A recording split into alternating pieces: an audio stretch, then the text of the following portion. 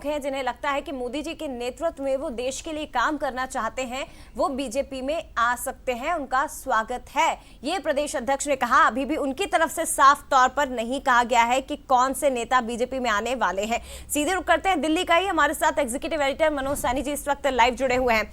Manoj ji, suspense अभी भी बना हुआ है, लेकिन आपके पास अभी इस वक्त की बड़ी खबर क्या है? क्योंकि आपने ये जानकारी दी कि नकुलनाथ की एंट्री हो सकती है बीजेपी में, लेकिन कमलनाथ को लेकर एक राय केंद्रीय नेतृत्व की अभी तक नहीं बन सकी है।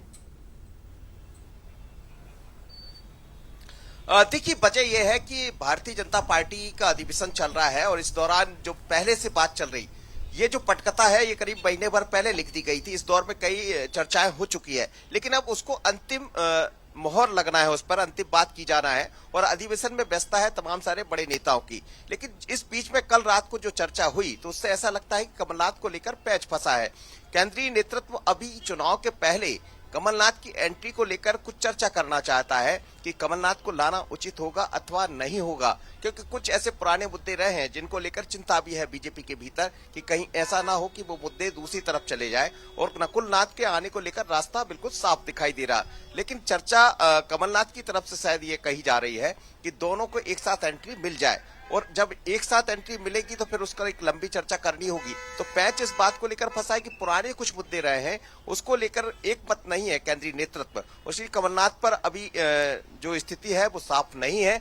आज भी देर शाम मुलाकात होने की अटकलें हैं, चर्चाएं हैं, लेकिन इस बीच में बीजेपी के पास भी, तमाम वरिष्ठ लीडर्स के पास भी कई काम है, क्योंकि देश भर के नेता इस समय पहुंचे हुए।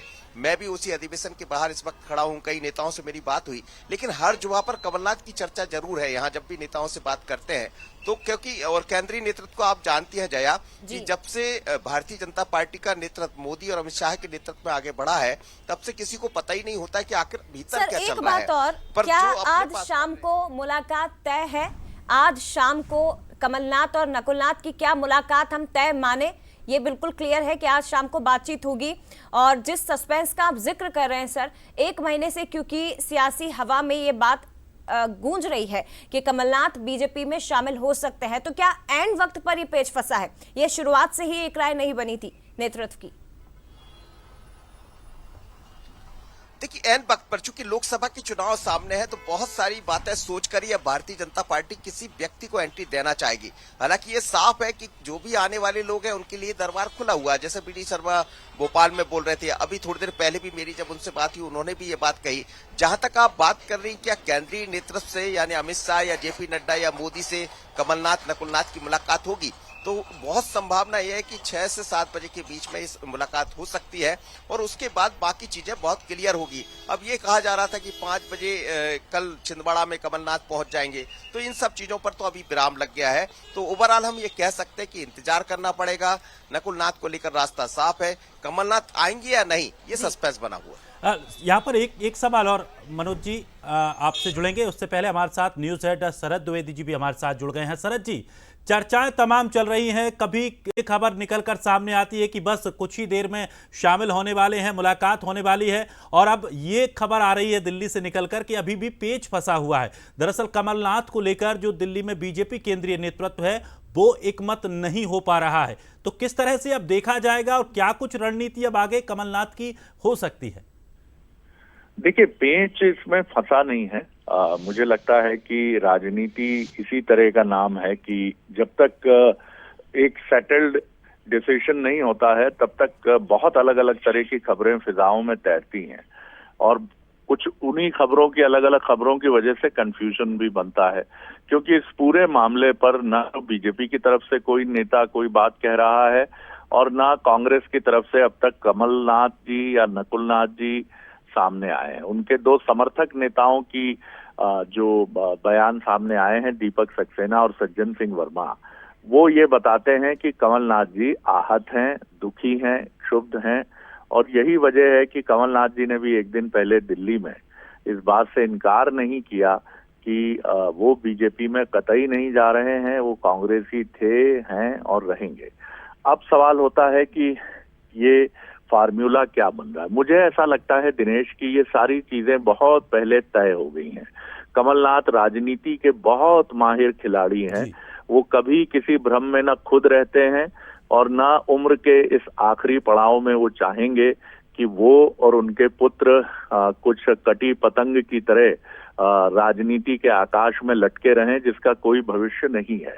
तो मुझे ऐसा लगता है कि उनकी भारतीय जनता पार्टी केंद्रीय नेतृत्व से सारी चर्चा हो चुकी है। मुद्दा ये है कि क्या कमलनाथ बीजेपी में जाएंगे या सिर्फ नकुलनाथ जाएंगे।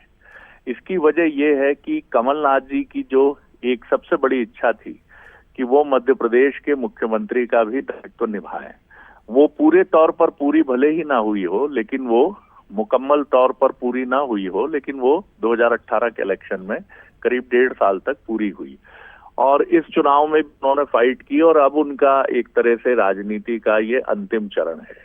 तो एक फार्मूला मुझे लगता है कि इस पर सहमति बन चुकी है। हो सकता है कि हमें ये देखने को मिले कि कमलनाथ के पुत्र नकुलनाथ और उनकी पुत्रवधू प्रियानाथ ये बीजेपी में शामिल हों और कमलनाथ ये कहें कि मैं सक्रिय राजनीति को छोड़ रहा हूं, मैं सक्रिय राजनीति से संन्यास ले रहा हूं और मैं ये भी घोषणा करता हूं कि आगे उच्च सदन या लोकसभा या विधानसभा चुनाव का हिस्सेदार नहीं रहूंगा और मैं मध्य प्रदेश विधानसभा से भी मैं इस्तीफा दे रहा हूं।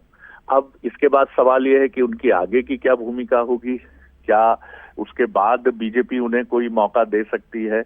तो इससे इनकार नहीं किया जा सकता कि क्या ये गवर्नर का पद हो सकता है या कोई और चीज हो सकती है, या कमलनाथ उससे भी इनकार करें और वो, लेकिन ऐसा होने पर उनके पुत्र नकुलनाथ जी के लिए जो मुश्किलें खड़ी हैं कांग्रेस के भीतर भी और कांग्रेस के बाहर भी, वो तमाम चीजें जो हैं वो किनारे हो जाएंगी। और मुझे लगता है कि कमलनाथ जी इससे अधिक उम्र के इस पड़ाव में कुछ नहीं चाहते होंगे। दिनेश। बिल्कुल शरद जी, और मुझे लगता है कि जिस तरह से कमलनाथ ने जो एक अपना कैडर बनाया कांग्रेस के अंदर, नकुलनाथ अभी उतने सक्षम नहीं है और यही वजह है कि अगर